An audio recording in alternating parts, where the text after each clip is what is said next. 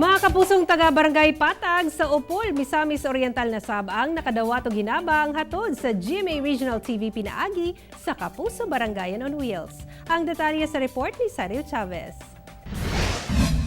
Bisan pa man nga galisod sa paglakaw tungod miagi na sa pagka-stroke, wala kini panumbalingan ni Tatay Fidelito Legaspi makakuha lang sa hinabang nga hatod sa GMA Regional TV. Si Tatay igo na lamang nagasalig sa kwarta og konsumo nga ginahatag sa iyang kinamaguwangang anak.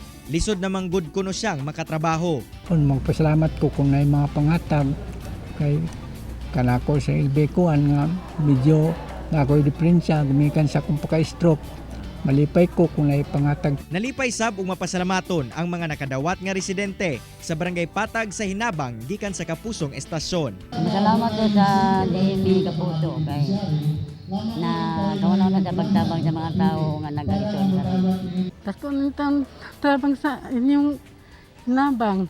Dagko gid kay akong kalipay kay sa lagi sa panahon karon ning COVID-19 daghan man gid kayo mga katawhan nga naghinga-hinga tungod sa kalisod nining gidangat nga katalagman kanato. Mismong ang GMA Northern Mindanao team ang nag-andam sa mga food packs diin giapilan pa kini og mga mensahe nga pagdasig og paglaom. Ug aron masiguro nga luwas sa COVID-19 ang mga benepisyaryo, gidisinfect una ang venue ug gipatuman ang minimum health standard.